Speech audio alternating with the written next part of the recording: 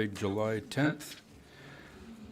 I'll ask for a motion from Councillor Nychuk that Council adopt the agenda for the regular council meeting on July 10th as amended to add item 12A, a brief in-camera session, item 12B, temporary irrigation system purchase, item 12C, event permission for High River Brewing Company. I'll give you that motion, Mr. Mayor. Thank you. All in favor? Carried. Consent agenda approval. Ask for a motion from Councillor Kinghorn that an omnibus motion adopts the following in accordance with Council's procedure bylaw, the June 26 regular council meeting minutes as presented and the strategic priorities chart. Thank you, Mayor Snodgrass. I'd like to give you that motion. Thank you. All in favor? Carried. So before we get into the agenda, is there anybody from the public that wishes to share any comments regarding any item on the agenda? See none, I hear none. Thank you very much. First delegation, guess we're going with NRCB. You're locked and loaded, ready to go. So Kevin, Denny, you guys go right ahead. Did you have something else? I don't know if Lynn's here or not, though. Oh. Oh, No, she was first. I know, she's first, but you're happy to, these guys? Okay, thanks very much. Go ahead, Kevin, Denny. Great. Okay, thanks again, and thanks for inviting us. I've brought a couple, everybody knows Denny. You want to introduce yourself, Denny? Yeah, my name is Denny Pushkar, inspector of our Lethbridge office. And Greg. I'm Greg Bierkowski. I'm the Science and Technology Manager with the Natural Resources Conservation Board. Okay, so Greg's going to do a quick presentation here, and it's just a presentation on the data that we've been collecting from our odor monitoring station. And then after that, then I have some questions. I know it's the common questions that everybody asks us. I'm going to address those up front, and then we'll go from there. So I'm going to turn it over to Greg. Thank you. And thank you to Council for providing us the opportunity to present today. So I'm going to talk a little bit or give an overview of the information that we've been collecting with our odor monitoring units that are currently stationed at the Highwood Spray Park, just in the northwest of High River. So before I get into the meat of the matter, I just wanted to state up front or provide a disclaimer that the information and results that I'm going to present should be treated as preliminary and subject to change. This is new technology for us, and it's not standard technology that's used in the province of Alberta. So there are some data validation procedures that are ongoing that may change the absolute values of the data, and it may affect the results. So just wanted to provide that up front. So these results and this information should be used as information at the current time. So how are we going about measuring odors through two different mechanisms? So the Calgary Region Airshed Zone has deployed a portable air monitoring laboratory in conjunction with Alberta Environment and Protected Areas. So they position that in Highwood Spray Park up in the northwest. That's been operational since December, but we worked with Environment and Protected Areas to deploy a surplus total reduced sulfur analyzer that's been deployed there since January. So the total reduced sulfur is the primary indicator that Environment and Protected Areas is using for odor monitoring. And they do have a guideline currently under development. It's not released yet, but it's all going to be based on TRS. So we felt that was the appropriate parameter to be measuring there. However, recognizing that reduced sulfur is only one component of the potential parameters that cause odor from livestock operations, we at NRCB decided to procure a different unit called the Centroid CT Air. So Centroid is the manufacturer of that unit. They've been in the odor monitoring and data analysis space for a number of years, or a couple of decades. So they're an authority in odor monitoring. So we bought their unit. What it's measuring is carbon disulfide as another reduced sulfur component, volatile organic carbons, and ammonia. and those are the big three for livestock odors. And what that odor, what the odor monitoring unit also does is integrate all of those parameters into an odor unit. So the odor unit is really just an index of odor, and it's a proprietary algorithm that Centroid had developed, which is really just a pattern of odor responses against those measured concentrations of parameters. So we can't measure odor directly using technologies like that. It is just an estimate based on measured concentrations of individual parameters. So what the odor unit index does not do is determine the agreeableness of the odor. It doesn't tell you if the odor is good or if it's bad or if there's a threshold of good or bad. It's just integrating that into an odor.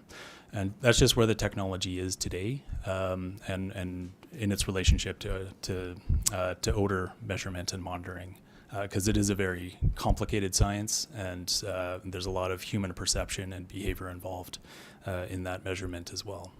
So we felt that's the best place to start, and that's what we procured and put out there in conjunction with the panel. And before I get into a lot of the odor analysis, I did want to reflect a little bit on what we've been observing to date, both in the PAML and with our odor monitoring unit, in relationship to the ambient air quality objectives and guidelines that the province has released. So those guidelines are largely based on health impacts, or and some of those other guidelines are based on the perceived odor as well, but it's predominantly around health impacts. So what we've seen from the composite data is the only thing that's surpassed the air quality objectives is particulate matter, around 8% of the time, and those are associated with wildfire events. No other parameter that's been measured has exceeded a guideline value. So the other parameters that are measured in the PAML, like ozone, sulfur dioxide, nitrous oxides, those have not exceeded guidelines. Our odor parameters also have not exceeded the guideline values. So for projected there, some the two big ones that we're focusing on, ammonia has a guideline value of 1,200 parts per billion. The overall average of the data that we've collected is 24 parts per billion. The maximum value recorded is 206 parts per billion. Total reduced sulfur, the guideline value, since there is no TRS guideline that's published by Alberta Environment yet, just put the H2S one there, and that's the odor threshold of H2S. That's not the health impact level of H2S. The odor one is 10 parts per billion. What we've measured for TRS is a maximum of 8.8 parts per billion, and an overall average of 0.21. So it's not to say that people haven't been perceiving odor. It's just what we've been measuring aren't indicating that there's a health impact from those measured parameters to date. So I wanted to clarify that up front. So looking at the data that we've collected, I'm going to focus the rest of the presentation on the deployment period of the Centroid CTR, and that's May 12th to June 27th. And June 27th is just when I pulled the data to run the analysis in preparation for this presentation. There was no magical formula there. It was just a matter of timing. So looking at all of the data collectively, we do see that the prevailing wind direction is from the southwest. And this is all relative to our monitoring point at Highwood Spray Park, where 40% roughly of the winds are coming from the west to southwest, looking at all of the data. But what we also did to separate this data is partition it between complaint events, and those complaint events are periods of time where the community has complained to the RCB or NRCB that there's been an odor concern. So we wanted to focus our analysis specifically on those time periods, which represents about 21% of the overall hourly records between May 12th and June 27th. And then also look at what was going on outside of those complaint events. So what we could see right up front with the overall wind direction is that during those complaint periods, we do see that most of the wind, about 70% of the wind, is coming from that west to southwesterly directions. And then looking at the non-complaint period, the wind profiles are typical, or like looking at all of the data, where it's about 40% of the winds coming from the southwest, and then 60% of the time it's coming from other directions. So that's our wind, and then I'm going to present a lot of figures on the odor parameters themselves. But before I do, I want to just take a moment to describe what you're looking at here. So what this is, it's these graphs are showing modeled estimates of so hourly maximum odor units and hourly maximum concentrations based on wind speed and wind direction. So the important points for interpreting this is that the crosshairs right in the middle of that graphic represents where the monitoring point is in space. The circle around it is just where the wind direction is coming from, northeast, southwest. The concentric rings are the wind speed in 5 meters per second intervals. So the greater the ring, the stronger the winds. And the overall boundaries of that graphic, you'll notice it's not a complete circle. It's really just representative of the wind speed and direction that we experienced during our monitoring period. So we could see right up front that we had stronger winds coming from the northwest and the southwest than we did the northeast, right? So the northeast has, it doesn't extend out as far, so we didn't experience strong winds in that direction. And to put this a little bit more into context, right, this is the position of the centroid CTR. It's right in Highwood Spray Park, right at the northwest of the town. So all of everything, positionally north, east, south, and west is relative to that monitoring point. So if we take that and zoom out a little bit, what we can do with these graphics are to try to identify potential source locations of the odor and odor parameters, relative to the monitoring point. So if we look from where it is, Rimrock, the facility is roughly southwest, west to southwest. It's about 250 degrees.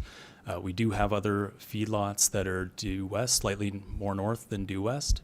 And there are other sources. There's a landfill to the northwest. We have a meatpacking facility and the wastewater ponds to the northeast, which aren't presented on this graphic. But it's a tool that allows us to try to understand potential sources on the landscape and where these things might be coming from. Okay, so if you look at more specifically the data, right? So if we look at all of the data, how we can interpret this is that the blue represents low odor, and the red represents higher odor that we've measured over the course of the monitoring period. So what we could see where the strongest blue is when we get stronger winds from the southwest, there's less odor. But if the winds are kind of light, 5 to 10 meters per second, roughly, we do see a stronger signature of odor coming from the southwest. Conversely, we do see that there are some stronger odors coming from kind of the northwest winds when they're blowing in that direction. It is associated with a higher odor unit. Breaking that down into the complaint events, so the overall picture looks a little bit different because it's only 20% of the data. However, that signature for the odor units coming out of the southwest remains.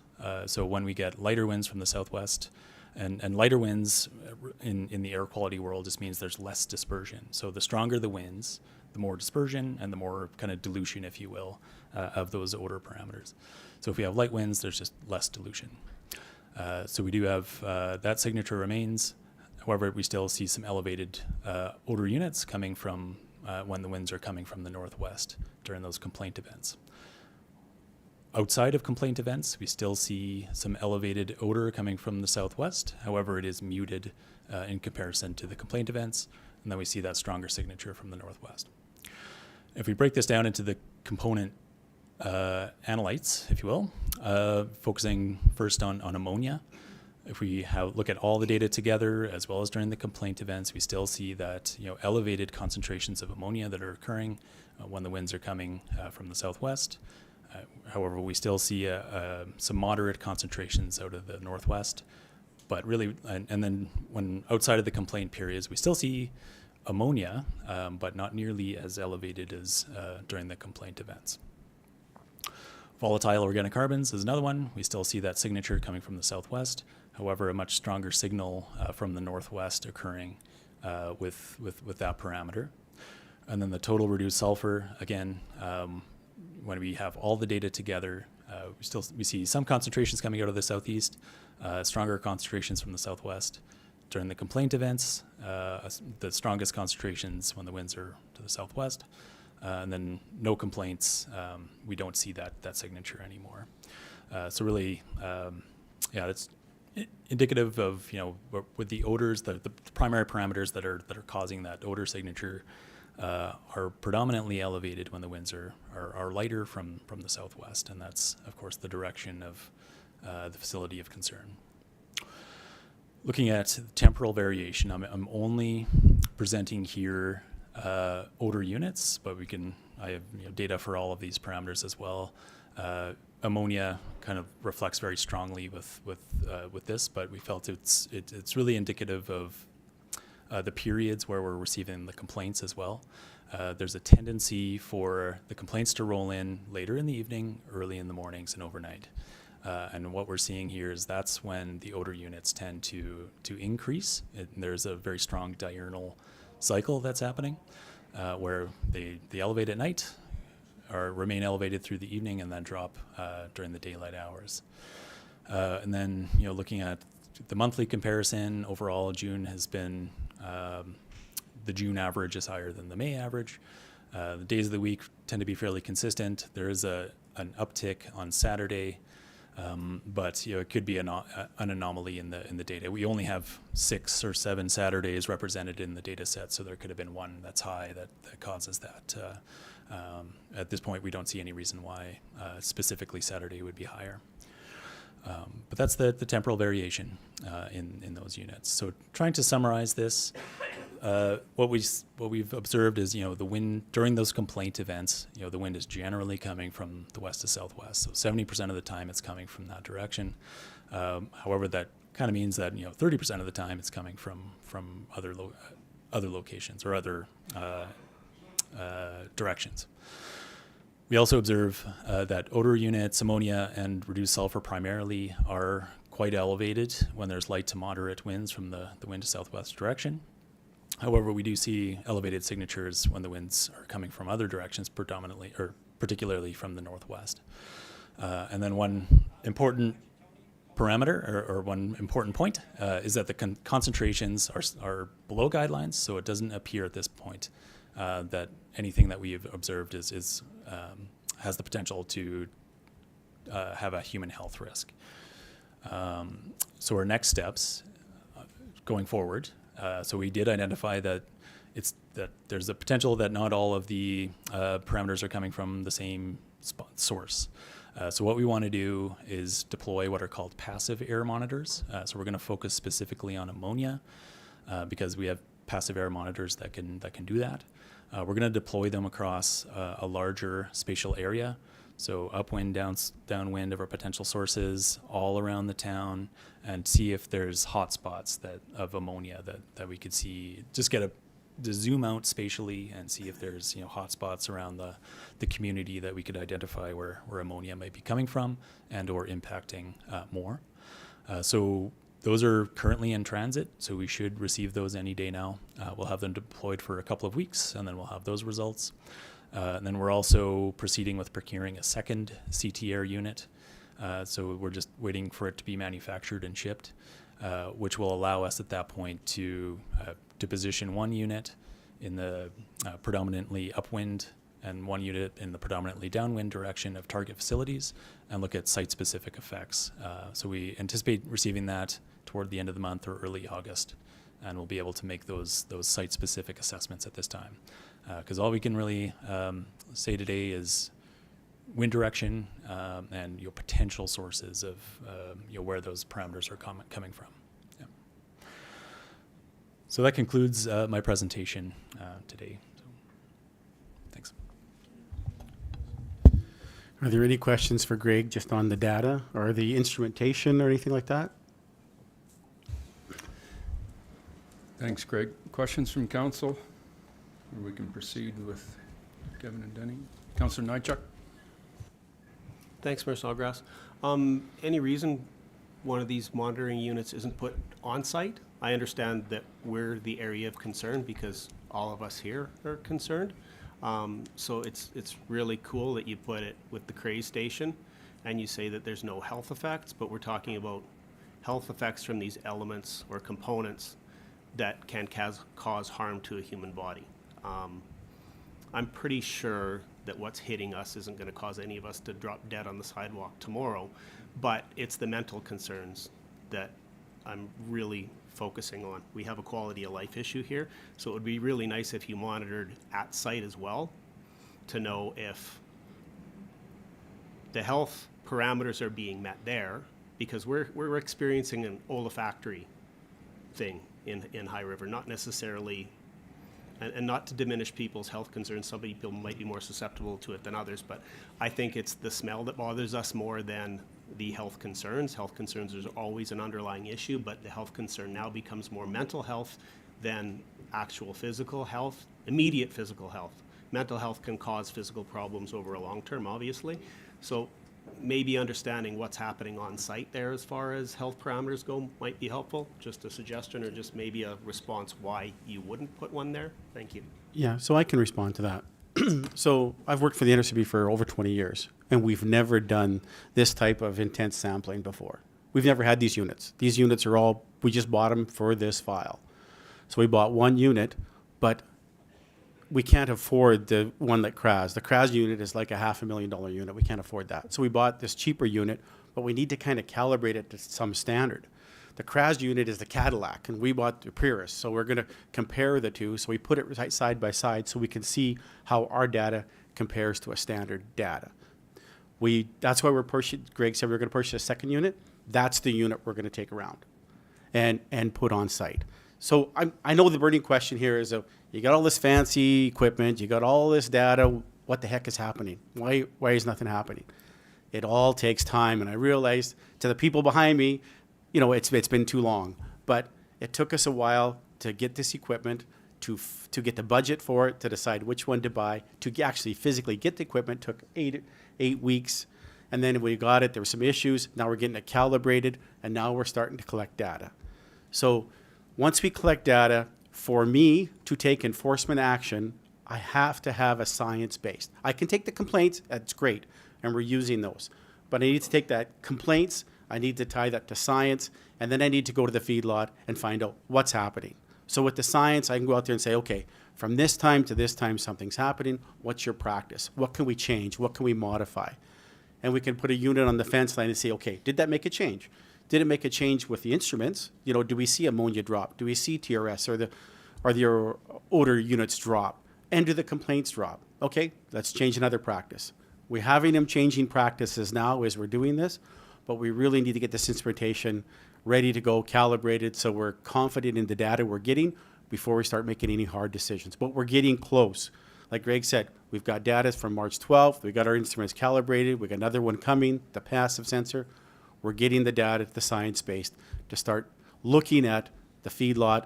The feedlot has been tracking all their activities as far as manure management, and they submit that to us, and we compare that. You know, Greg's group looks at the data. Greg has one staff member. That's all they do is pull the data, review the data, send us graphs on the data. All Denny does is respond to complaints, phone people back. We have another person that is working on other opportunities. Is there other things we can do? Looking at management practices. We're working with Alberta Agriculture. We're working with Alberta Environment to see what's causing it. We need to find the activity to see if we can reduce the odors, and we can reduce it by lowering the complaints and lowering the amount of lowering what our instrumentation is telling us. But it takes time. It's going to take time. I'm sorry, but if I have to go to court or I have to get in front of a board hearing, I'm going to need science also. I can't just use the complaints. Thanks, Kevin. Any other questions before Kevin proceeds? Councillor Nychuk? No question, but first off, guys, thanks for coming. I appreciate that you accepted my invitation to come and sit back in front of us again. And the town wanted to hear some things, needed to hear some things, so thanks for taking the time today, and we'll just continue on. Thank you. Go ahead, Kevin. Okay, so, you know, last summer, last fall, we thought it was the catch basins. So we had the catch basins emptied. The odor complaints continued. Although people have said it's not quite as pungent. So I definitely, well, we definitely know the catch basins were playing a role in that. So we did have them pump it down. We're making sure they stay pumped down. So I think that's getting rid of kind of the pungent odor that people are experiencing. You know, and you know, we get a lot of people saying about health effects. The CRAS unit and our unit say we haven't exceeded a guideline. That doesn't mean that it doesn't smell. That doesn't mean that there's not an impact, but we haven't exceeded a health guideline yet.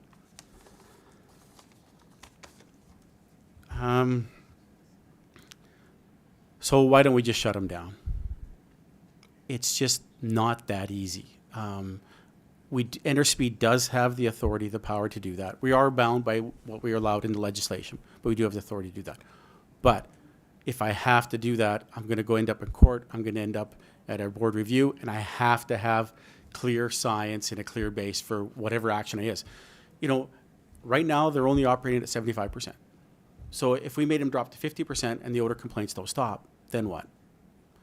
If I have science-based and we take the complaints, the people, and I appreciate the people phoning in complaints because they're telling us it was bad from 6 a.m. till 7:30, and then when I went out at 1 o'clock, I had to close in the morning, I had to close my windows. We log all those. Then he puts all those into an Excel spreadsheet so we can track the complainant stated from 1 p.m. to 2 or 1 a.m. to 2 a.m. or 6 a.m. to 8 a.m. And then we correlate that to the wind direction, to what the air quality monitoring stations are telling us. And then we'll try and convince that back to a practice that's happening that may be causing that. But it all takes time, and I need that data. Like I say, before I take a hard tool to shut them down, I would like to look at options and have that data. And we're getting close. We get our second unit here, and like Greg said, in August, we get the PASA sensor come up. We're going to have some really good data going forward to make those decisions, or help make those decisions.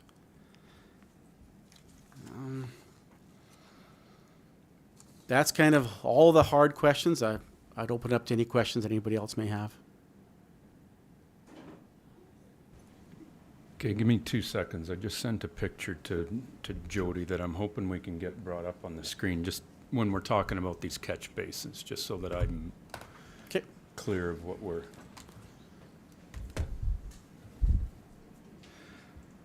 Any questions from council while we're waiting for this?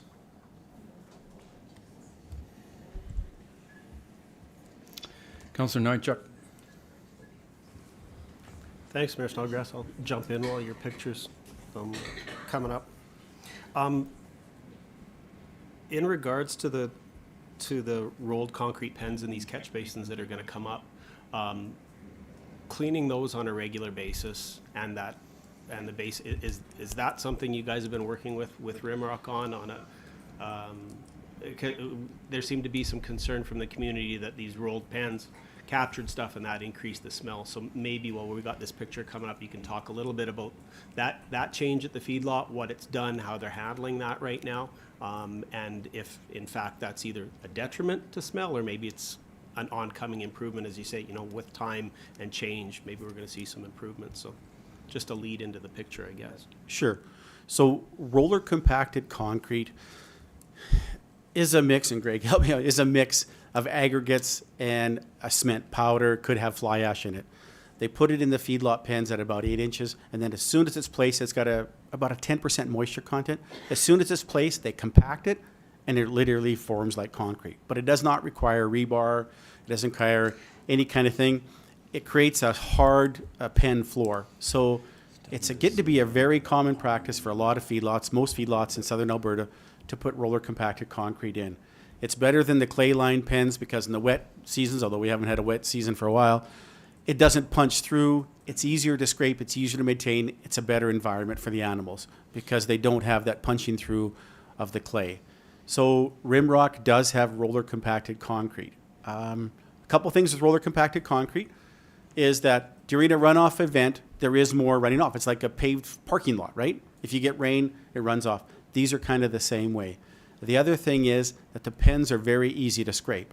If you've ever scraped a clay-based pen, you have to really watch that you don't go below the glade layer because you will start digging into the liner, and it's really expensive. You start taking out an inch of liner every year, pretty soon the feedlots have to haul in more clay to build that liner back up. So everybody goes to roller compacted concrete.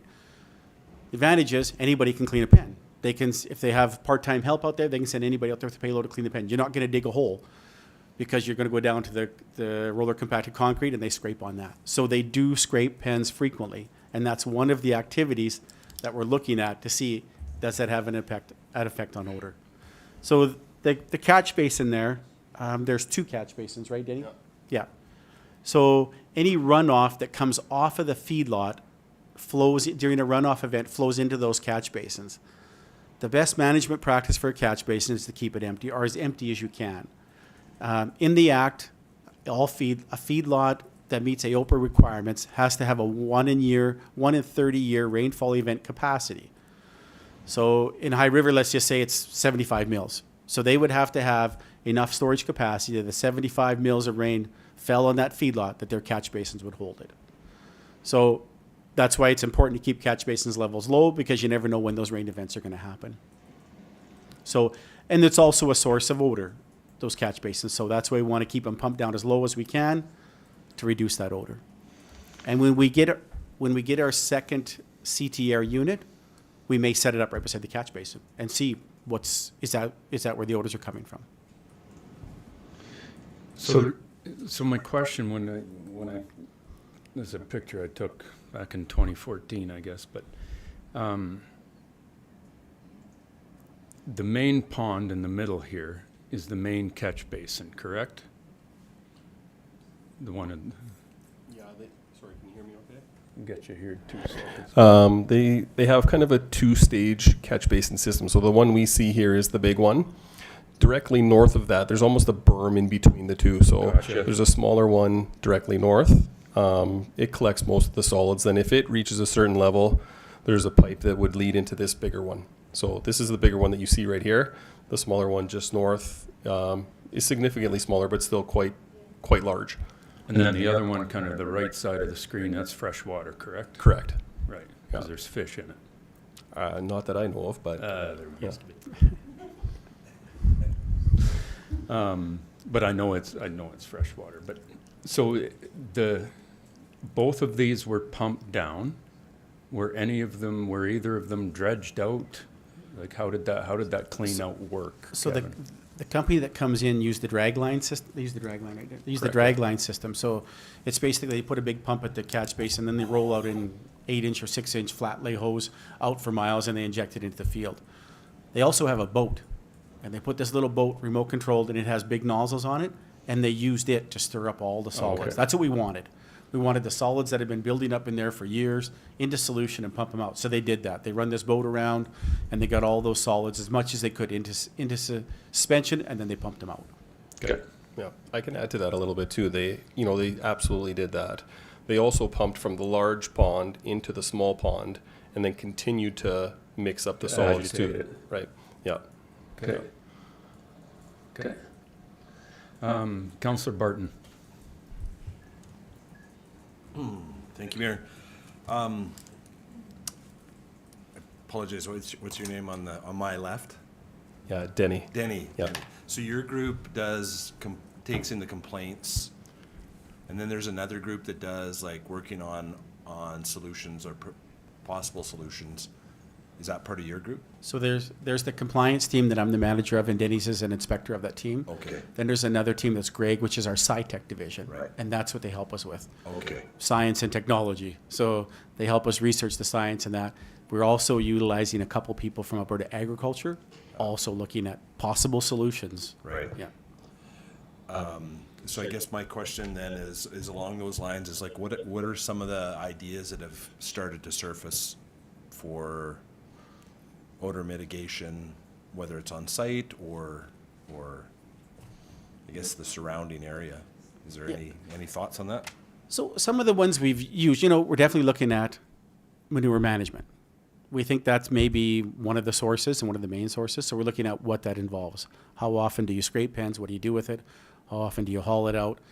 The other thing is we looked at it last fall, was maybe the wind coming across the catch basin and carrying that odor. So we did have them stack some straw bales or hay bales along the upwind side to stop that. Because like we're seeing in the data, it's the days that there's little wind. It's the evening when there's little wind, 5 kilometers, that it seems to kind of drift into town. So if we can maybe stop that wind from drifting across, if it is the catch basins, then we put bales on the upwind side to stop it from drifting across that surface area and reduce that going into town. We've seen that in Lethbridge at a couple of operations where they put a wind fence up on the upwind side of the lagoon, and it's greatly reduced the odors for the neighbors. So those are kind of the two of the things we're looking at is manure management practices and then the effects these catch basins are having. Okay. Yeah, it's because I go by there quite often, you know, probably 2 to 3 times a week. And what was interesting, I just remember something that popped into my head about I'm in a horticultural industry, right? And one of the things that I remember learning at Olds College was about shelter belts and the way they can help in some ways, you know, for moisture and all that kind of stuff. But maybe might be an application, right? You said wind fences were good. And Yeah, we've had good luck with wind fences. Shelter belts are great, but take a long time to establish. Yeah. And they have to be maintained. Wind fences are up in a week. Yeah. And they work fairly well. We usually start by stacking bales. All feedlots have bedding bales, you know, big square bales. It's easy to stack them, move them around to find out where's the best location. So that's where we've kind of started with first. Yeah. Trying the bales. If the bales work, then we look at a more permanent fix. yeah, okay. Thank you. Councillor Kinghorn? Thank you, Mayor Snodgrass. My question is to do with the catch ponds. You talked about how they're dropping the levels down. Are they pumping that out into fields and just over top, or are they putting it underground? What are they doing with that? Are we spreading it out? And if so, is that contributing to the odor problem as well? So it's not a constant measure. When they did it last fall, they injected it, right, Denny? Yes. Yeah, so they actually had a hose going out to the field and they actually injected it subsurface into the soil. Thank you. So yeah, they're not doing it all the time. It would only be when they get to a certain level, then they would do it. Sorry, but it is going underground. It's not like they're just spraying it on top of a field. No, the last time they injected it. Okay, and there was no climate complaints because of that or anything like that? No? Yeah. Okay, thanks. Councillor Nychuk? Thanks, Mr. Snodgrass. To follow up from Councillor Kinghorn, when that spreading happens, whether it's injection or surface release, isn't there some kind of a policy or regulation that requires the field owner to turn that soil in a particular amount of time? Sorry, I think I read that somewhere, and Jamie made me think of that. Thank you. If it's direct injected, there's no requirement to incorporate it. If it's flat fanned onto the surface, then it has to be incorporated within 48 hours. And you guys monitor that as well? Mm-hmm. Okay, Yep. thank you. Okay.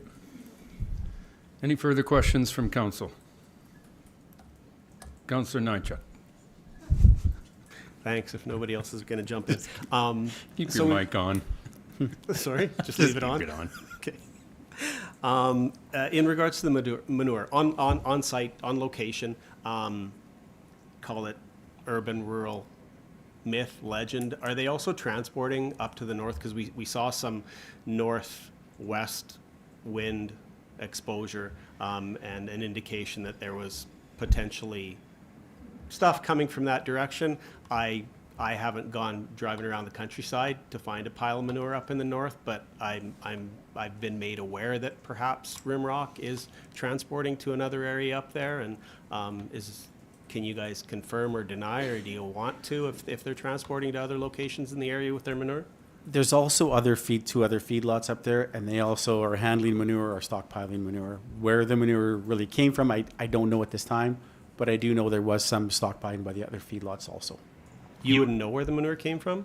Wouldn't they be obligated to report to the NRCB where they're They're not taking obligated to manure? report. They are if we ask for records, but they don't have to phone us up and say we're moving manure today.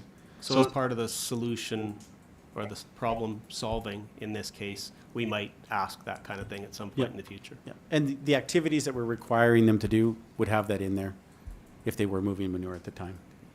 And also now, you guys are reporting to which minister's office would you guys fall under? Report to the Minister of Alberta Environment, or Environment. Of Environment? Okay. Environment and Protected Okay. Areas. my last thing is, and I brought this up before, health concerns are obviously important for a lot of people. Just livability is the big thing. So again, thank you guys for the work that you're doing and the time that you're taking to be here today to share some of what's going on. Physical health concerns, yeah, important. The mental health side, I don't know how we can incorporate that into what you guys monitor and regulate. But clearly, in all kinds of aspects of life, we're, as a society, we're really looking at that. I would stress that this is a major concern for the town of High River. You know, people can deal with smell a little bit. A lot of smell, a lot of time, gets really grating. And it ruins our quality of life. So appreciate the headway you guys are making. The more communication we can get like this from you guys so that we can pass that on to our residents. There are some residents that think we're not trying to communicate or not trying to help in the situation. There's only so much as a municipality we can do. But clearly, you guys have taken a lot of effort and energy and put some time into this, and you're making some headway. In my opinion, as a resident that lives in the Northwest, I think it's different this year than it was last year. What exactly all those contributing factors are, I don't know. It's still not great. Last night, I had to close my windows when I don't have air conditioning, so I like the mountain air to come in and cool my house off. So last night was one of those times, and I keep track of it seemingly like you guys do in my calendar about when those days come. But I don't need to report it to you because you guys have it all underfoot very well. So thanks for your time, guys. Appreciate it. We do work really closely with Alberta Health Services, Alberta Environment, and Alberta Agriculture also. And I get the mental well-being. It's hard to gauge. It's hard to think, but me and Danny do try and answer our phones all the time. So maybe the mental well-being is, I need someone to vent to. By all means, I've talked to some people in this community at 2 o'clock in the morning. They phone me and, say, you know what, it's bothering me. I just want to vent. That's fine. And I know Danny's probably talked to 300 or 400 people from the town too. We do try and answer our phones all the time. So we are hearing it. I know it's not happening fast enough, but we're trying to do as much as we can, as quick as we can. Really appreciate it, guys. I know people that have phoned you early in the morning, and you guys do answer your phones. For everybody sitting here, they will take the time to listen. This isn't an easy process to work through, everybody, but rest assured, there's people, obviously, including us here as council, that are working on it. So it's not an immediate solution. We can't just go down out there to Rimrock and lock the gate and say, go away. No different than you'd want a counselor come to your front door and say, get out of your house, move out of town. We just don't have that kind of legal ability to do that, nor would I want to go and shut somebody's business down. I want to give them an opportunity to make it better, first of all. So slow process, not the time that we all probably want to take, but there's work being done. So thank you, guys, and look forward to more updates in the future. Yep, anytime. Thanks very much, guys. Thank you. Thanks, Michael, for your words. He's bang on. Thanks. Thanks, guys. So next up, we have Lynn with Marigold Library System, please.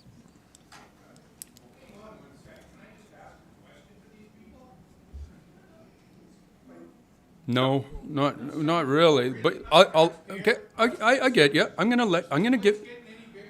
I don't need you, excuse me, sir. I don't need you yelling. I'm gonna give you your time. We do have an agenda that we stick to, but you're welcome to ask them a question right now. Thank you. Yeah, you've got it. Is this place being allowed to get bigger? This 12-acre pond I'm hearing about? So as far as the livestock side of it, they are capped at 35,000 beef finishers, and they can't get any bigger. That's not my question. This 12-acre pond they're going to build? That's what the biodigester, sir. So that's a separate. That's separate. I have no regulatory authority over the biodigester. Is this company going to be allowed to increase their stance in this community? As far as the feedlot's concerned, no. Okay. That's just a field. So is that going to be a whole new council meeting? The biodigester? Yeah, we've had a number of council meetings on the biodigester. Yeah. Yeah. So, but the feedlot is capped at 35,000 head, correct? Right. And will not be increasing. There's no application or no in front of us to increase it at this Right. time. So, Okay. Okay, perfect. Thanks very much, guys. Okay, Marigold Library System, Lynn.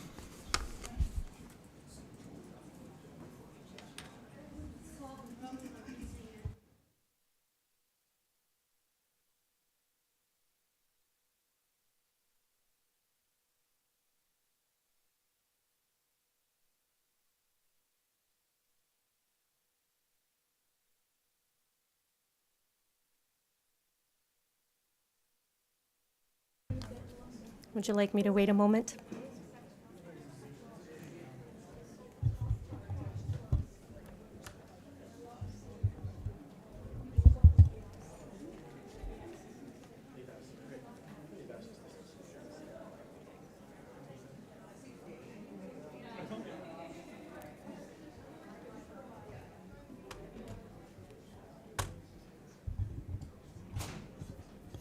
I think we're good. Go ahead, Lynn. Okay. I'm Lynn Price, CEO for Marigold Library System, and thank you, Mayor Snodgrass and councillors, for allowing me some time to speak today. It was really great doing a little research before this presentation to see that you consider that your goal for High River is to be a vibrant, people-first community, and libraries are certainly one of the best ways to put people first. We are thriving as public libraries are a welcoming space and as community hubs for learning, literacy, and recreation. Hopefully today I can illustrate to you that your municipality's investment in Marigold membership is good business. Today, I'll highlight Marigold services and support to demonstrate how being a part of Marigold allows the town of High River to offer more to your residents than could be accomplished alone. Marigold headquarters is a behind-the-scenes operational hub for the system. Our services do not overlap with what High River Library provides to your community. Marigold enriches library service by pooling revenue from our members. We maximize volume discounts, such as collection purchasing, and by sharing programming, supplies, staff expertise, a van delivery system, and IT infrastructure, and more. In the council package is a value of your investment report for the town of High River. In 2022, the town and the library board paid a combined $152,830 to Marigold. Marigold pooled all the revenue from members, and in return, the High River Library received $105,000 just in hard cash. So that is $35,575 in a cash operating grant, $1,000 in an IT spending account, and we spent $68,620 on new library collection materials. That is just the tip of the iceberg. The following pages detail the value of services, support, and collection materials that were actually used by the High River Library and cardholders. As you can see at the bottom, in return for the $152,830 paid in levies to Marigold, High River received $1,070,842 in value. Also, please note that this report only reflects the value of items and services that can be tangibly counted. One of the primary services Marigold provides is the centralized purchasing, receiving, and processing of library collections for patrons to borrow and to circulate. We label items and add them into our software database so that your residents can find them in the shared library catalog. We get more for our dollar by negotiating discounts and free shipping through bulk purchasing. We purchased over 3,000 new items for High River Library last year, but Marigold purchased over $1.1 million on brand new collection materials for libraries across the system. And because High River is a member of Marigold, your residents have access to all of those items as well.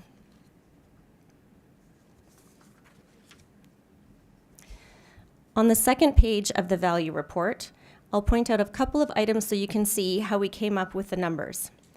In addition to purchasing the physical items for the library collection, such as books or video games, we also catalog and process the new materials so that patrons can check them out and multiple times.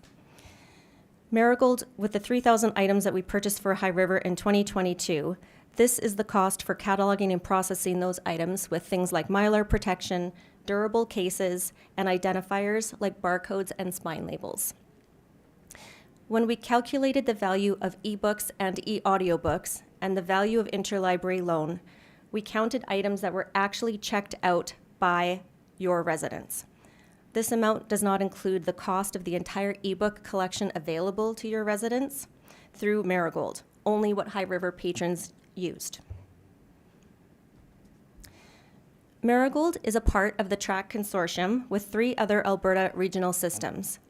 Because of High River's membership in Marigold, we have a shared collection of over 3.3 million items.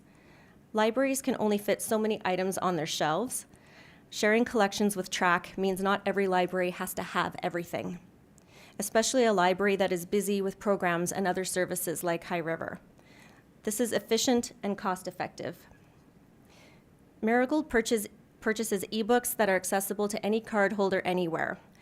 So this slide shows what I mean when I say High River residents get more than any municipality could afford alone. Cardholders can choose from over 645,000 ebooks and 154,000 e-audiobooks. It would cost over $5 million for High River to build this collection as a standalone library. Marigold, in our budget, we spent over $300,000 on e-content in 2022. Your residents have access to all of this with their library card. We purchase a suite of online resources that your patrons can use at home or really anywhere in the world. But what I like the most about using e-resources as opposed to YouTube videos or other online platforms is that the e-resources we provide are safe and ad-free and credible. So these are just some of the e-resources that we pay for. Parents can access Tumble books for babies and preschoolers. Kids and young adults can improve their grades with Celero, an online platform that we provide that has test prep and study guides for Alberta curriculum. If you are a creative, you can use CreativeBug to explore new crafts and hobbies. If you are researching your genealogy, you can access Ancestry.com for free with your library card.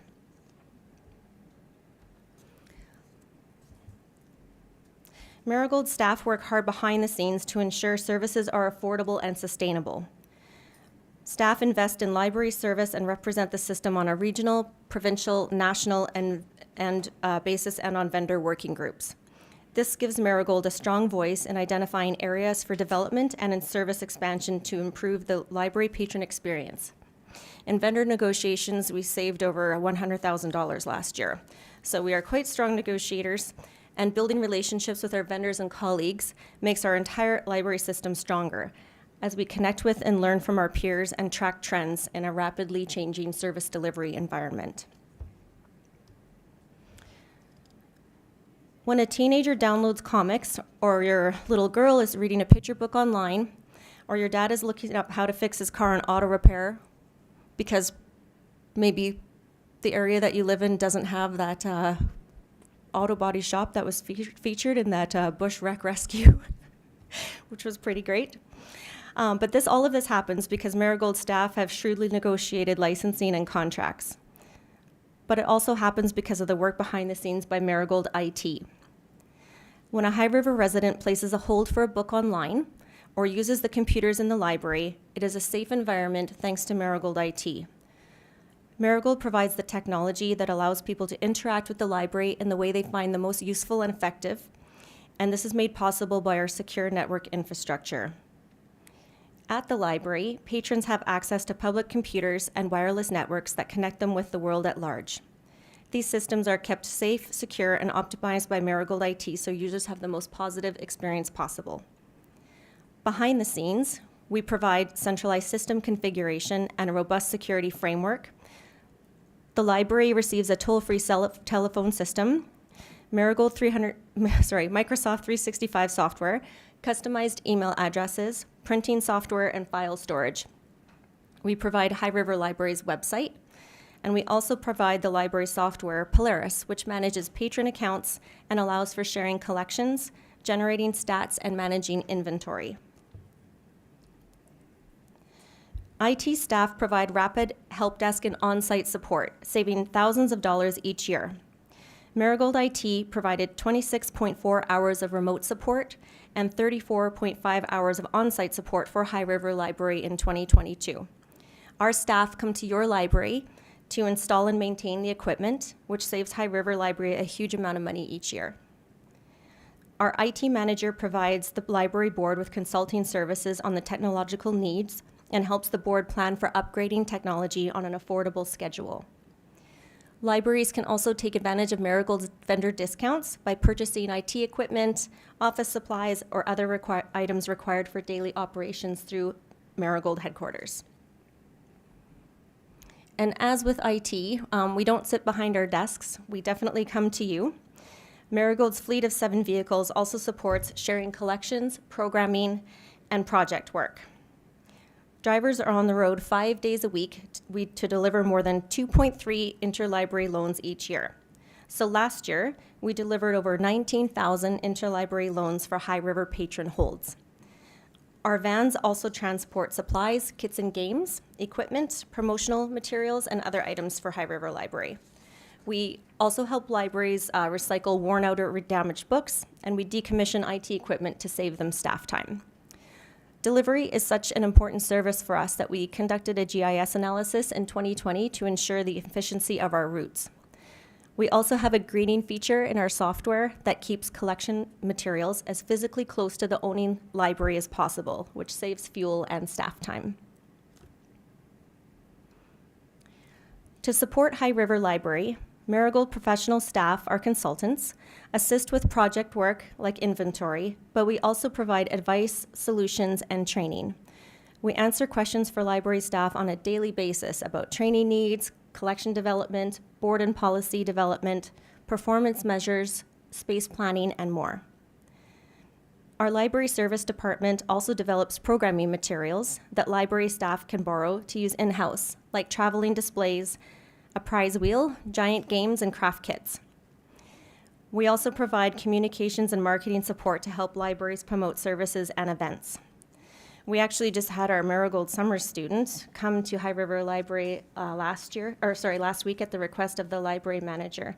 And I brought, like a typical librarian, some show and tell to show you the lovely piece of artwork that the 27 children who attended the dinosaur dig decided to write on. And I'm pretty sure this says long neck, but I don't know if that's a name or somebody's nickname, but I thought it was pretty adorable. So really the goal of that is to save your staff as much time as possible by providing programming support. So right now, 5,072 people or families from High River have library cards. It is at least 5,072 people, as many families will just use one card, so we don't ever really know how many are in use. Sometimes it can be used for 2 or 3 people. But we know that libraries definitely contribute to economic development through employment and business activities and are a draw to residents deciding whether moving to a new community. In fact, I know my brother and his wife moved here, and the library was one of the reasons. They moved from Okotoks. Marigold definitely strives behind the scenes to ensure the experience of High River residents is as positive and beneficial as possible and maximizes every dollar invested. So that concludes my presentation. I would like to extend an invitation for any of you, if you haven't seen our new facility in Strathmore, you're most welcome to stop by and have a look. Please contact me if you're interested in doing that or you're in the area. That is a good news story. We had an $8 million budget. We came in at $7 million during the pandemic. As the project coordinator for that during that time, I think that was a wonderful outcome, and I know that many of our municipalities during the build were concerned that if we went over, it might result in more levies, and so that's a fantastic, good news story. And that is everything for me. I just want to thank our council-appointed Marigold representative, Lynn Thornton, for attending here today as well, and thank you very much for this opportunity. Thanks, Lynn. Councillor Kinghorn. Thank you, Mayor Snodgrass. Just a quick question. Well, first of all, say thanks to your brother for choosing High River over Okotoks. We'll take that anytime. You quoted some numbers, 5,000 folks in cards issued.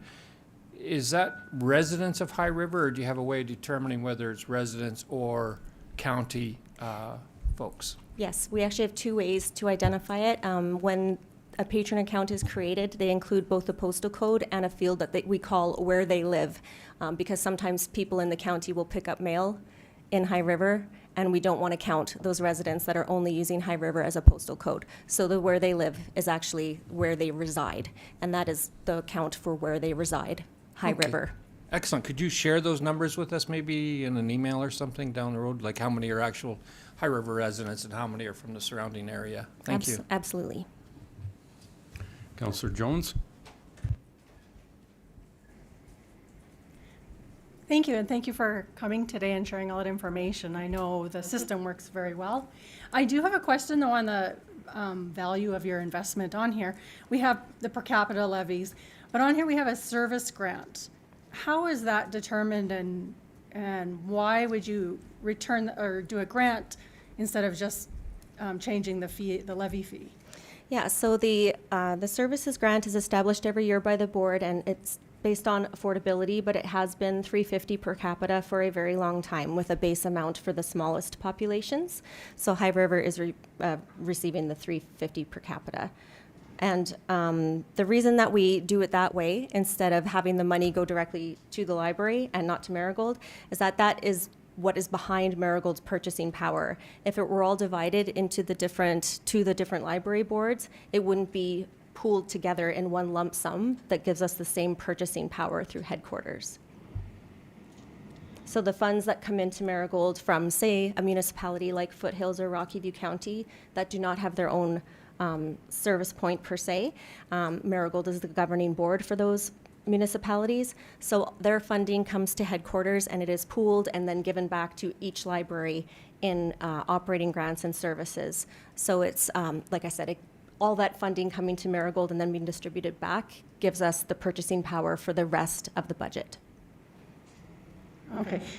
I guess I just don't understand why you wouldn't just charge a different levy, because it's basically you're giving them money to pay for their fee, right?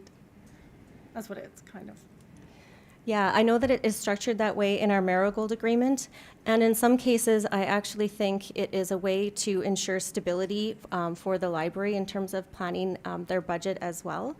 So I don't have an answer as to why it was originally set up that way, but I do know that having the levy payments from both the library and the municipality to Marigold does give us more purchasing power in the end and stronger negotiating positions with our vendors. Okay, thank you. No further questions. Thanks very much, Lynn. Okay, thank you. Appreciate you coming today. Thank you. Next item, strategic priorities chart and work program update. Chris? Thanks, Mayor Snodgrass. As Council's aware, on June 19th, we had our quarterly strategic meeting that we reviewed all our priorities, and we've made some changes to them since then. The whole goal of the strategic priorities chart is to stay focused and stay on task and making sure that we're not adding additional capacity to all our staff, as well as making sure things are getting completed and things are getting addressed. Within Council's top 5, things have been moving along quite nicely, and we're seeing, I know it's getting quite warm in here, and we're seeing some changes take place. The town plan, one of Council's top priorities, has moved from draft policies to completing the full draft plan with a hopeful timeline of September to have that to Council for review, as well as bringing the task force back together. The aquatic facility expansion, as Council met last week on a special Cal meeting to review the schematic design, and there's a motion later on to move this on to the next milestone into detailed design, is again proceeding. And we're on target, on timeline to see tendering taking place in early 2024. The event program, we've just changed the wording on the timeline here a bit. It's from action plan to strategic direction, but it's really developing that action planning component and laying out the last quarter of the year and the first quarter of 2024. Development management is coming off the list. The final report has been received and reviewed with Council. It is going to be rolled out to the divisional staff here in the next couple weeks, and we will be starting to build the action plan over the summer months, with hopefully the full action plan coming to Council at the end of September. This is actually going to come off the list and be replaced with CCMC, or Charles Clark Medical Clinic ownership, and building the business case based upon all the lease agreements that we have in place, or that the CCMC ownership has in place, to make the determination whether we acquire the full ownership of Charles Clark Medical Center or just simply be the loaner of money to the doctors group. And we're hoping to have that business case to Council for a final decision in October. That should come off the list once that's completed. And then finally, the last top of the top 5 is the public workshop, and still looking at site acquisition. In the last update with Council back in March, Council asked us to continue looking at other properties outside of ones that are readily available, to look at other properties that may be subdivided and purchased under separate agreements. So we're still undertaking that. We're also taking a look at other properties that may be coming for sale in 2024 and determining whether or not they're going to meet our needs or not. We hope to have that wrapped up by October, and then we can move on to the next stage of the public workshop. So Mayor Snodgrass, that's the rationale for the recommendation that's before you.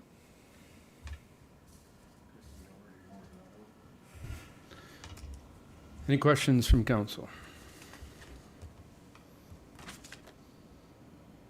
Ask for a motion from Councillor Smith that council adopt the updated top 5 strategic priorities as follows: the town plan, aquatic facility expansion, CCMC ownership, event program, the public workshop, and the council adopt the updated operational strategies as outlined in the strategic priorities chart, and that council adopt the updated work program as presented. I will give you that motion, Mr. Mayor. Thank you very much. All in favor? Carried. CVAC, do you want to wait for Angela, or we can just roll Yes, with this? we and- could just roll with it. Yeah, I think it's pretty simple, and we can send a text to Angela, tell her she doesn't need to leave work. You betcha, we can do that. Thank you. So at the last CVAC meeting at the end of June, the committee met and reviewed 3 different applications. 2 require the endorsement of council to move forward with. The first one is $4,000 for the mural for Mel. Council did receive a presentation from Elaine Scow back in May, talking about the overall project. That was referred to CVAC for funding. The committee is recommending $4,000 be allocated from their annual funding towards the mural for Mel to take place. The second project is for the River City Classics Brian Chip Chase Senior Show and Shine that occurs each and every year. Their original ask was for about $22,400. The committee met and reviewed that, took a presentation from the group, and resolved to come forward and recommend $5,000 be allocated to the car show for this upcoming year for operational expenses. Unfortunately, I wasn't in attendance at that meeting, so I don't know all the details, but certainly there was lots of conversation about what the purpose of that funding would be used for, and to ensure that it went to purely operational costs from that perspective. Mayor Snodgrass, that's the rationale for the recommendation. Thank you. Councillor Kinghorn. Thank you, Mayor Snodgrass. Can we get this split into 2 motions? Yeah, absolutely. Thank you.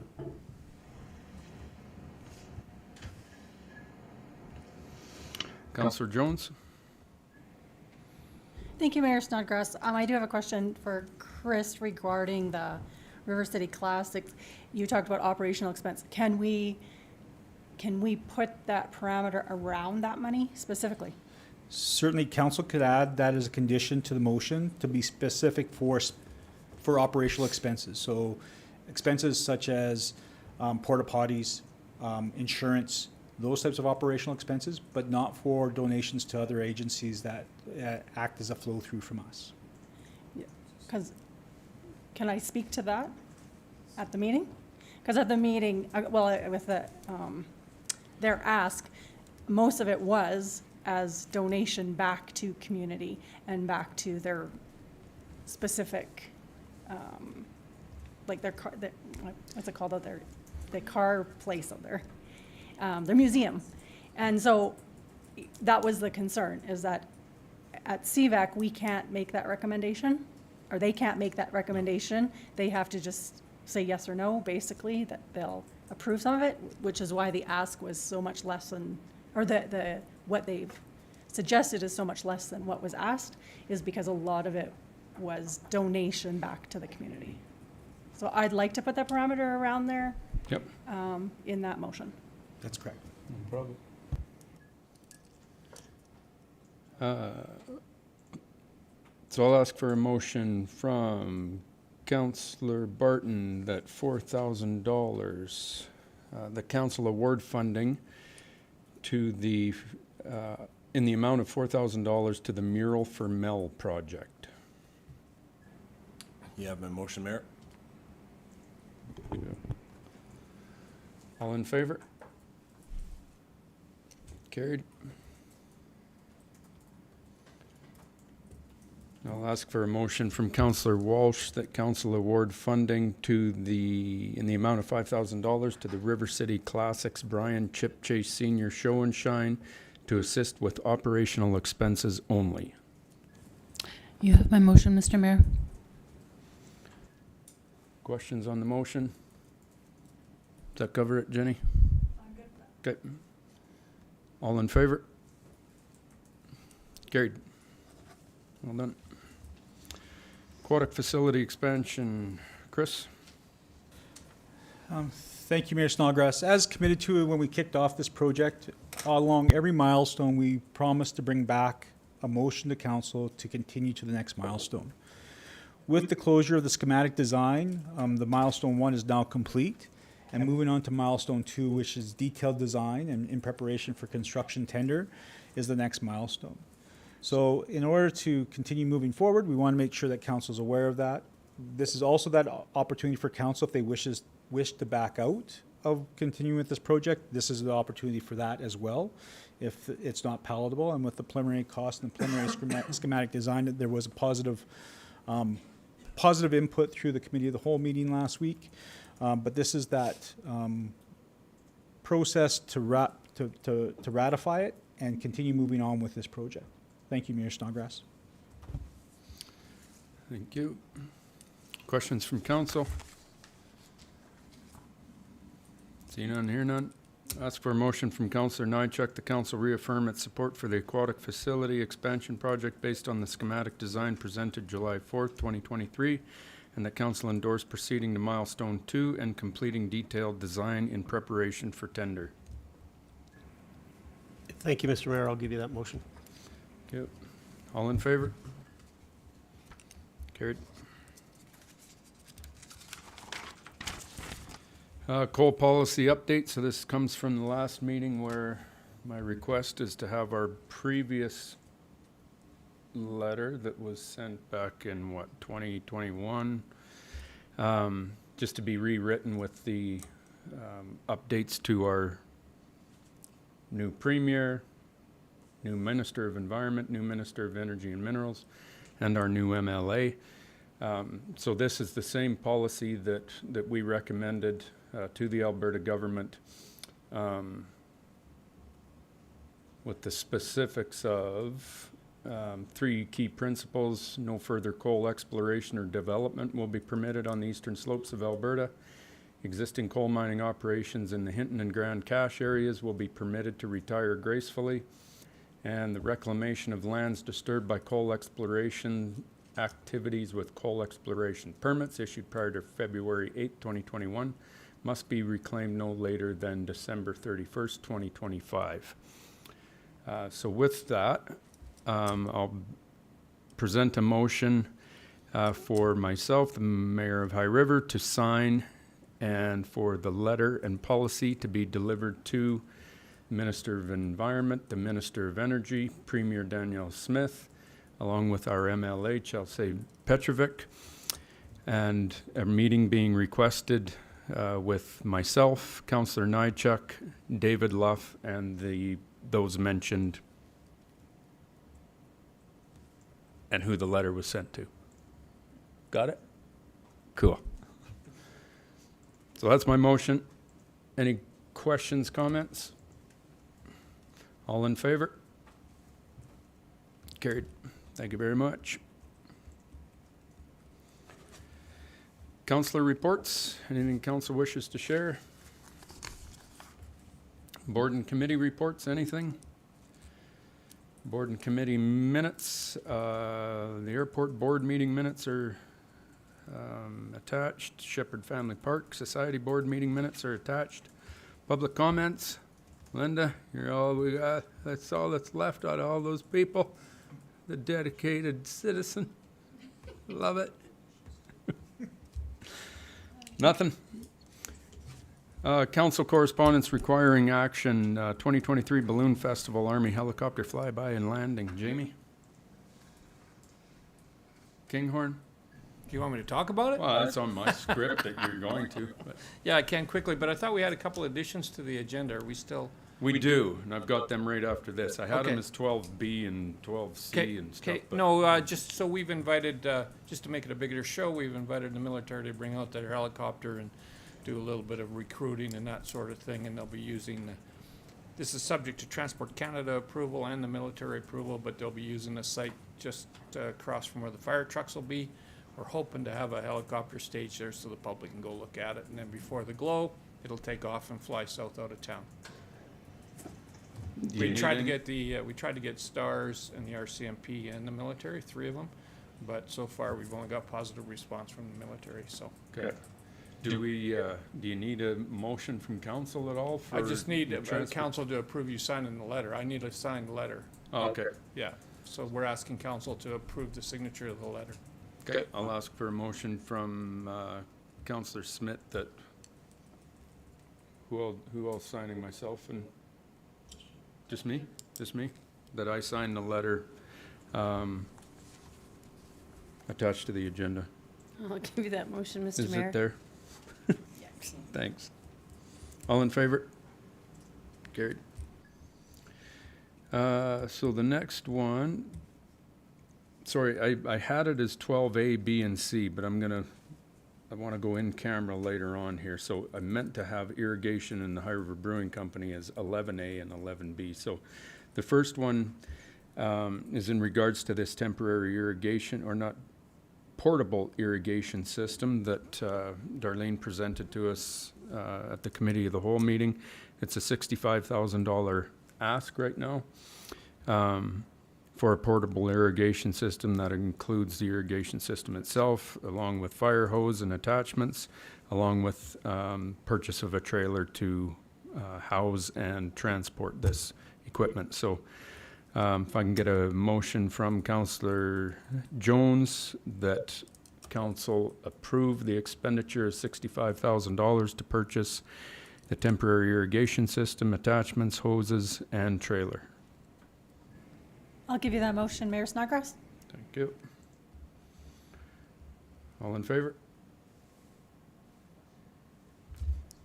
Oh, you got a question? Oh, sorry, Michael. Go ahead. No question, just a comment. I agree with the purchase of the equipment. I just don't have enough information, so I'm not going to be voting in favor of the motion.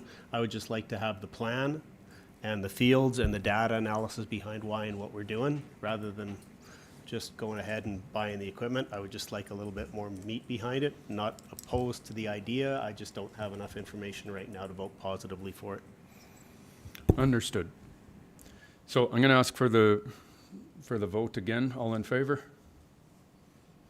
Those opposed? Thank you. Motion carries. The High River Brewing Company. I need you to provide me a motion, Chris, as to what. Certainly the Actually, no, I've got it. Because it's pretty simple. So there's the bylaw piece to it, but that's separate from what we're dealing with. What we want to deal with today is you need direction from council that says whether the July 22nd event is permitted to approve or to proceed or not. That's correct. Correct?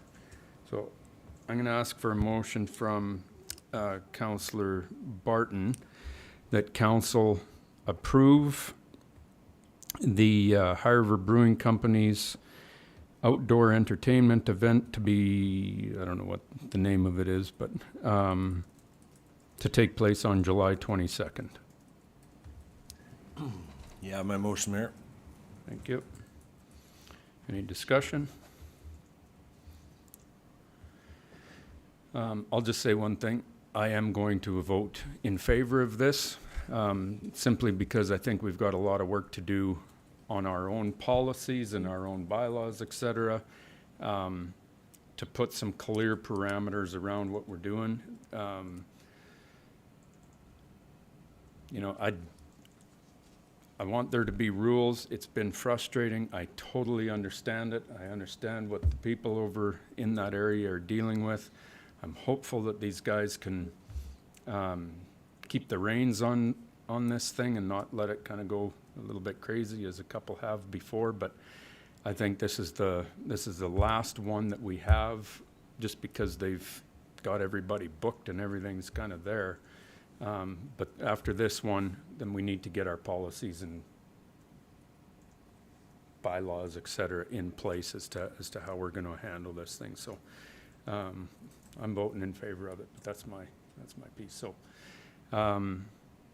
the motion is, just so that everybody's clear, the motion is in favor of allowing these guys to proceed. So I'll ask for the question. All in favor?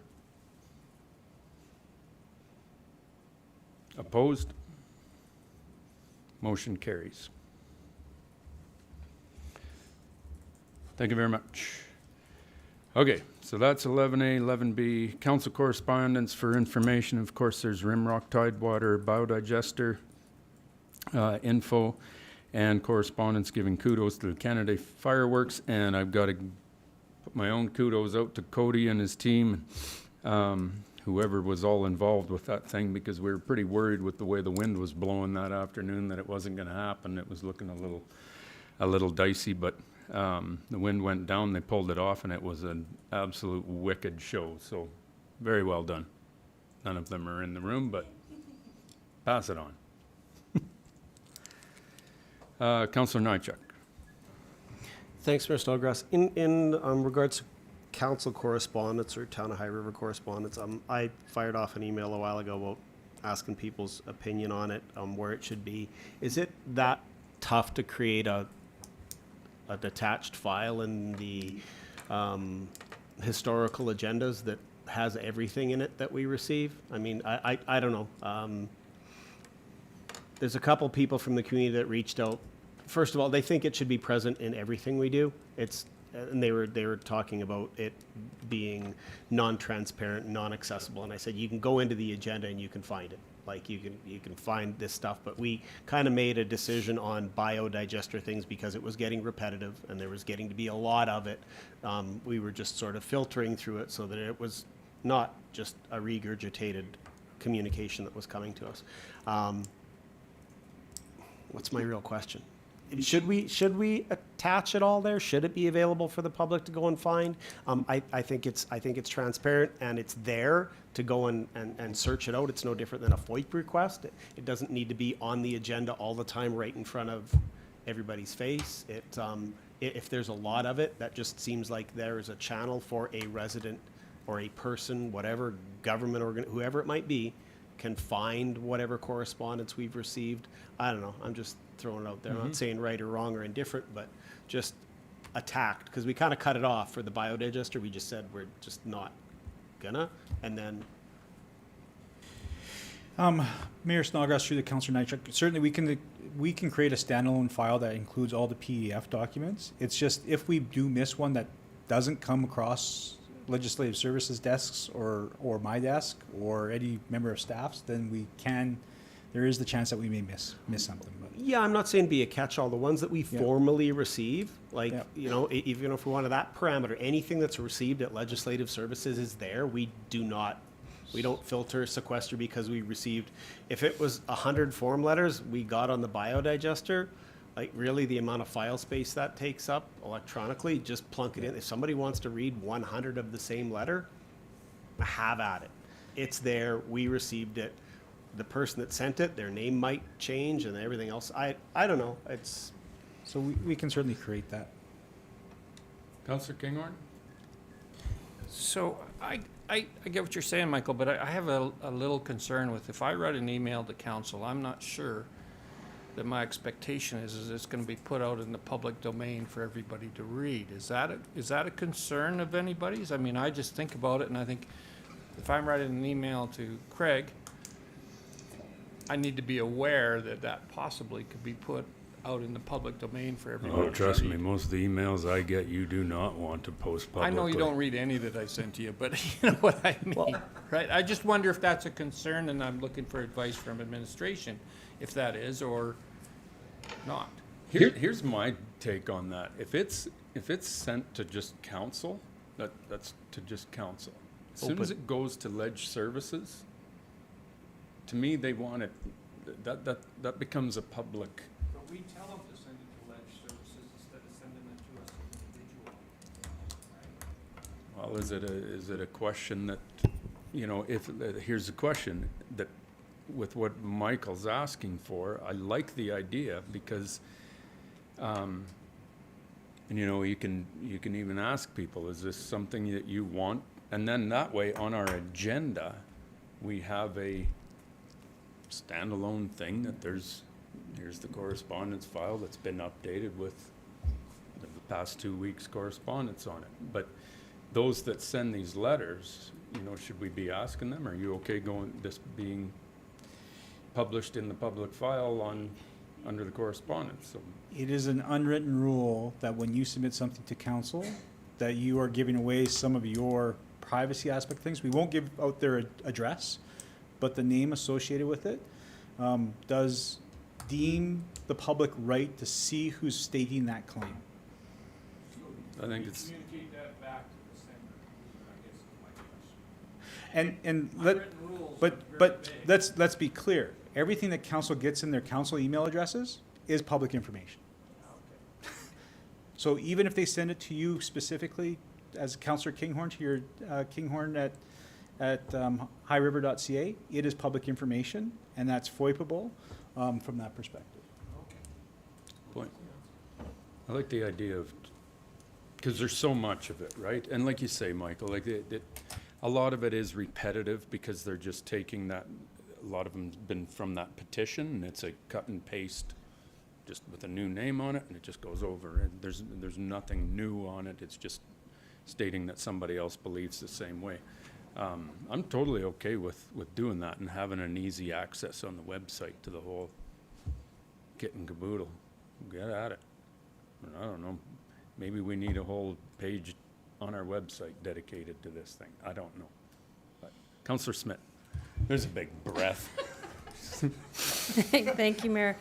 Just for clarification, Councillor Nychuk, are you talking like all of the communication that we've received to date? Or are you talking about going forward? Is it particular to the biodigester, or is it to anything and everything? Just going forward, anything and everything. I think the public should have access to that stuff somehow. Somebody's taken the time to write the town, administration, council. They've taken their time, they've got some vested interest or issue or concern or comment, and it's there, and it's just the right thing to do for it to be publicly somewhere.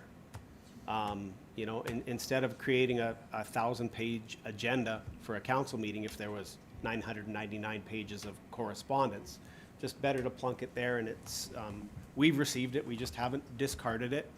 You know, we all look at that correspondence. Do we necessarily do something with it all the time? No, but out of respect to the sender, it's there, it's public domain. If people want to review it, And this is, it's transparent. this is only for the council correspondence stuff that gets put in the agenda, not every email we get Yeah, from nothing to do somebody with that like nasty stuff you do on the weekends, no. Yeah. Okay, fine. Want that exposed. You good? Yeah, I was just asking the question because I Okay. don't know. You know, So bring something back as to what that might look like, Chris, please. Okay. Councillor Barton. Thanks, Mayor Snodgrass. I guess, just so I am clarified, like, I like what Michael's brought forward, but to clarify what you're saying is, should we have like a disclaimer? Is that what you're kind of saying? On the webpage, like if you send something through to council for correspondence, maybe it's just a note, right? It's easy. Yeah, FYI, everybody can see it, yeah. just so you know. That's okay. And to be clear, everything on your council email addresses, anybody can request that.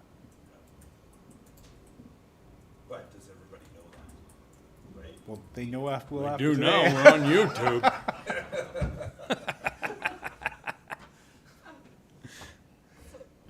There is already the disclaimer on the bottom that it is public information, that it falls under the freedom of information and protection of privacy. So that is already there, but I don't know if you want it to be a little bit more front and center that says, hey, this is going, like, we look at anything that is addressed to mayor and or council, and that is when we look at putting them on the agenda.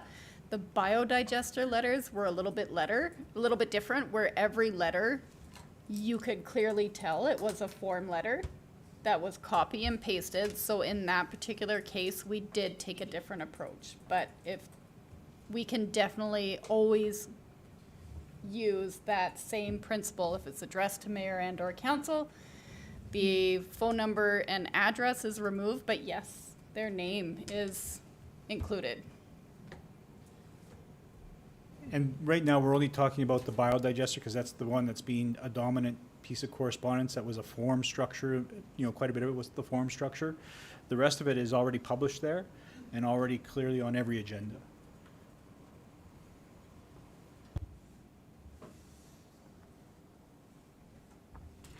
Okay, you'll come back with something? All right, I'm not so sure we need to. Okay. Mayor Snodgrass. if you think it's covered, Yeah. you're good? Okay. Okay, I'll ask for a motion from Councillor Kinghorn that council move in camera at 4:30 PM and recess the regular meeting of council. Thank you, Mayor Snodgrass. I'll give you that motion. Thank you. All in favor? Carried. Council and Chris.